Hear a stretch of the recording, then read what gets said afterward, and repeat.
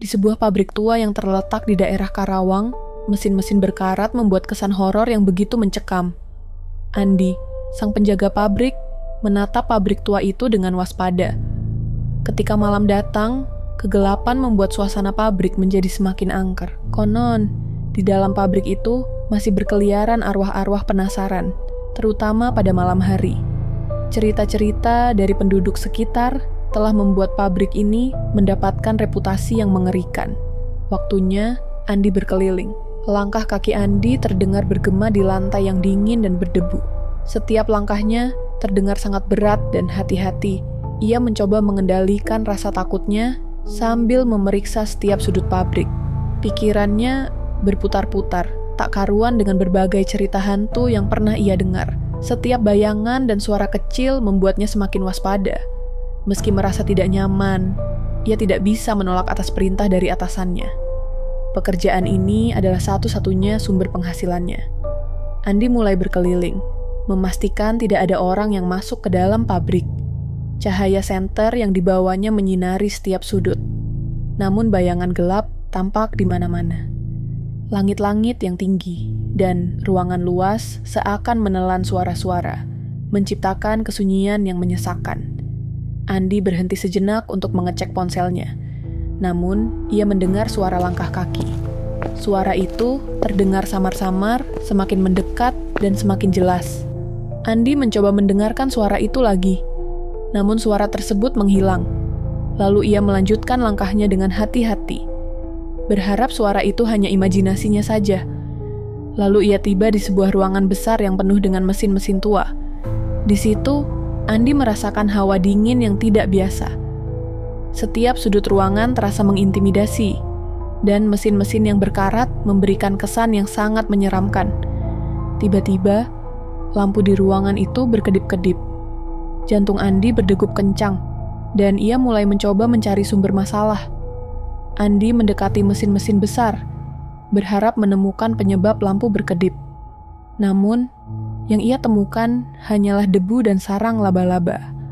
Hawa dingin yang terus menyelimuti membuat Andi semakin gelisah. Di tengah upayanya untuk tetap tenang, suara-suara aneh mulai terdengar dari sudut ruangan. Suara itu seperti bisikan dan rintihan yang membuat bulu kuduknya merinding.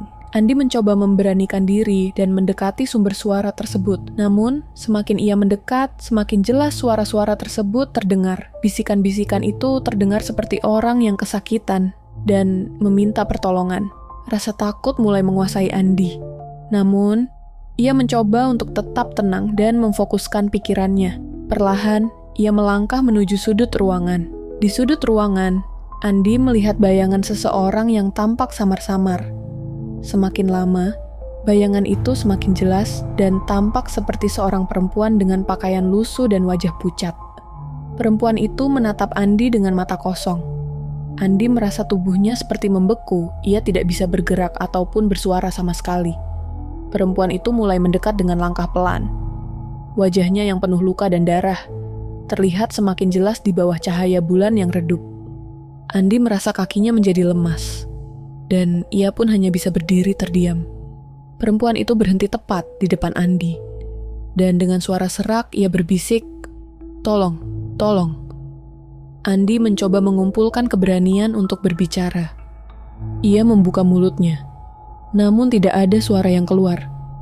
Rasa takut yang luar biasa membuatnya tak berdaya. Tak beberapa lama, Andi akhirnya berhasil mengeluarkan kata-kata. Namun hantu perempuan itu tiba-tiba menghilang begitu saja. Andi mulai tersadar dan segera berlari keluar dari ruangan itu. Ia tidak ingin berlama-lama tinggal di pabrik tua tersebut. Namun, saat ia mencoba membuka pintu keluar, pintu itu terkunci rapat. Dalam kepanikan, Andi mencoba membuka pintu dengan sekuat tenaga. Namun pintu itu tetap tidak terbuka. Andi berusaha mencari jalan keluar lain. Ia berlari melewati lorong-lorong gelap. Dalam keadaan panik, ia menemukan tangga menuju atap dan memutuskan untuk naik ke sana. Namun, suara langkah kaki kembali terdengar mengikutinya. Andi mempercepat langkahnya, mencoba menghindari suara itu. Di atap pabrik, Andi melihat sekeliling, tidak ada jalan keluar. Ketika ia mencoba berteriak minta tolong, tiba-tiba ia merasa ada tangan dingin yang menarik kakinya. Andi terjatuh lalu pingsan. Ia merasa tubuhnya lemas dan tak berdaya. Lalu ketika Andi tersadar, ia merasakan tubuhnya sangat lemas. Ia berusaha bangkit dan menyadari bahwa ia berada di luar pabrik. Tidak ada lagi suara langkah kaki atau bisikan aneh. Semua terasa tenang, namun perasaan takut masih menyelimutinya. Andi melihat sekeliling, mencari jejak perempuan hantu itu. Namun, yang ia temukan hanyalah bayangan malam yang sepi. Andi mencoba mengingat kejadian yang dialaminya di dalam pabrik. Tetapi, semuanya terasa seperti mimpi buruk. Ia tahu bahwa ia tidak akan pernah melupakan apa yang telah terjadi. Dengan sisa tenaga yang ada, Andi berjalan menjauh dari pabrik tua itu. Ia memutuskan untuk tidak pernah kembali ke tempat tersebut. Pabrik tua itu telah menjadi mimpi buruk yang akan selalu menghantuinya. Namun, Andi tahu bahwa ia beruntung bisa keluar hidup-hidup dari tempat tersebut. Andi memutuskan untuk menceritakan pengalaman menyeramkannya kepada teman-temannya. Ia berharap bahwa cerita ini bisa menjadi peringatan bagi orang lain untuk tidak mendekati pabrik tua tersebut. Meskipun tidak ada yang bisa menjelaskan kejadian aneh yang ia alami, Andi yakin bahwa pabrik tua itu menyimpan rahasia yang tidak boleh diungkap. Pabrik tua itu kini kembali sunyi dan terbengkalai. Namun, cerita tentang hantu perempuan yang menghantui pabrik itu terus beredar di kalangan penduduk sekitar. Pabrik tua itu kini dikenal sebagai tempat angker yang harus dihindari. Dan Andi, yang pernah mengalami teror di tempat itu, selalu mengingatkan dirinya untuk tidak pernah kembali ke pabrik tua tersebut.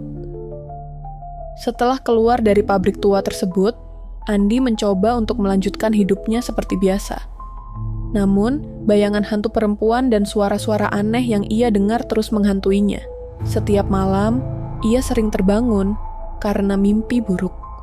Teman-temannya mulai khawatir melihat perubahan sikap Andi yang semakin tertutup dan gelisah. Suatu hari, Andi bertemu dengan seorang paranormal terkenal yang biasa menangani kasus-kasus supernatural. Paranormal tersebut bernama Pak Joko. Andi menceritakan semua yang dialaminya di pabrik tua itu. Pak Joko mendengarkan dengan seksama dan mengatakan bahwa pabrik tersebut memang terkenal angker dan banyak menyimpan energi negatif. Pak Joko memutuskan untuk membantu Andi dengan mengadakan ritual pensucian di pabrik tua tersebut. Ia berharap bisa membantu arwah-arwah yang terjebak di sana agar bisa pergi dengan tenang. Bersama dengan Andi, Pak Joko pergi ke pabrik tua itu pada malam hari. Mereka membawa peralatan ritual dan berdoa sebelum memasuki area pabrik. Di dalam pabrik, suasana semakin mencekam. Pak Joko mulai memimpin ritual pensucian dengan membakar dupa dan mengucapkan mantra-mantra. Cahaya lilin yang mereka bawa memberikan sedikit penerangan di ruangan yang gelap. Ritual pun dimulai. Andi merasakan kehadiran makhluk-makhluk gaib di sekitar mereka. Tiba-tiba, angin kencang berhembus dan membuat lilin mereka padam. Suara-suara aneh mulai terdengar lagi, seperti bisikan dan rintihan. Pak Joko tetap tenang dan melanjutkan mantranya. Namun Andi merasa semakin takut. Andi melihat bayangan hantu perempuan itu lagi. Kali ini, bayangannya lebih jelas dan tampak lebih menyeramkan. Perempuan itu mengulangi kata-kata yang sama. Tolong, tolong. Pak Joko mencoba berkomunikasi dengan arwah tersebut, menanyakan apa yang sebenarnya terjadi di pabrik tua ini. Perempuan itu perlahan mulai mengungkapkan kisah tragisnya. Ia adalah seorang pekerja yang meninggal akibat kecelakaan kerja di pabrik tersebut bertahun-tahun yang lalu. Arwahnya terjebak di pabrik karena kematiannya yang tidak wajar dan belum menemukan ketenangan. Lalu Pak Joko berjanji akan membantu arwah perempuan itu untuk menemukan kedamaian. Ia melanjutkan ritual pensucian dengan lebih khusyuk, berharap bisa membebaskan arwah-arwah yang terjebak di pabrik tersebut. Andi kini merasa sedikit lega mendengar ucapan tersebut. Setelah beberapa saat, suasana di pabrik mulai berubah. Angin kencang berhenti berhembus dan suara-suara aneh menghilang. Pak Joko mengakhiri ritual dengan doa penutup dan meminta Andi untuk membuang semua benda yang terkait dengan pabrik tersebut, termasuk pakaian yang ia kenakan saat bekerja di sana. Kini, mereka berdua keluar dari pabrik dengan perasaan lega. Pak Joko mengatakan bahwa arwah perempuan itu sudah pergi dengan tenang dan pabrik tua tersebut tidak lagi dihuni oleh makhluk gaib. Andi merasa beban yang selama ini mengganggu pikirannya perlahan mulai hilang. Andi berterima kasih kepada Pak Joko atas bantuan yang diberikan. Ia belajar banyak tentang dunia gaib dan pentingnya menjaga sikap serta pikiran positif. Andi memutuskan untuk tidak lagi bekerja di tempat-tempat yang memiliki reputasi angker dan berfokus pada pekerjaan yang lebih aman.